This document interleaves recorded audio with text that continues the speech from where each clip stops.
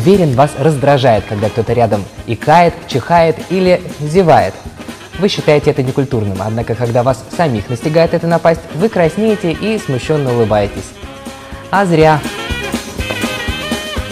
Давайте по порядку. В организме человека есть специальный нерв, который связывает центральную нервную систему со многими внутренними органами. Из грудной клетки он проходит в брюшную полость, плотно прилегая к пищеводу. Далее нерв пролегает через небольшое отверстие, которое находится в диафрагме перегородки. Та при этом отделяет брюшную полость от грудной. Именно это узкое отверстие в диафрагме и есть центр зарождения икоты.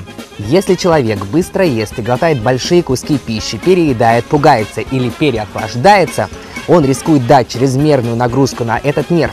Организм старается сбросить с себя лишнее напряжение и посылает сигнал в центральную нервную систему. Та, в свою очередь, задействует диафрагмальный нерв. В результате человек начинает икать. Звучит мудрено, но знать полезно.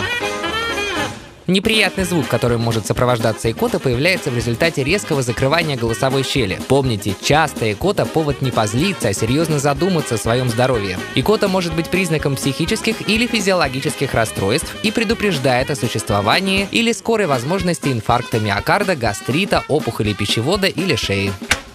Чтобы избавиться от икоты, попробуйте подтянуться, несколько раз глубоко вздохнуть или даже задержать дыхание на вздохе. Но я вам советую выпить небольшое количество воды маленькими порциями, маленькими глотками, наклонившись вперед и не опуская голову.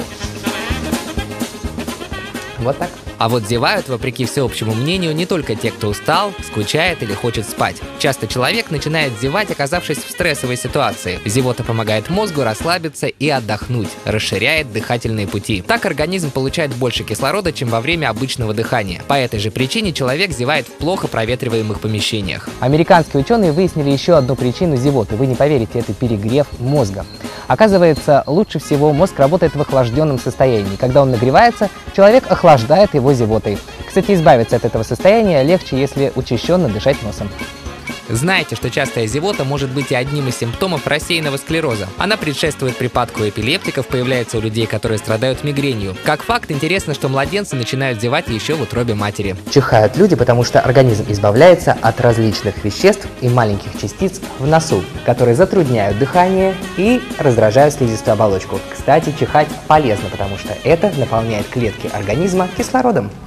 Если дома или в рабочем кабинете вы чихаете слишком часто, просто проветрите помещение и оглядитесь вокруг. Не исключено, что неподалеку находится какой-нибудь аллерген или раздражитель. И зевание, и чихание, и икота – это профилактика организма и в некоторых случаях предупреждение болезней. Будьте внимательны к себе и толерантны друг к другу. Простите.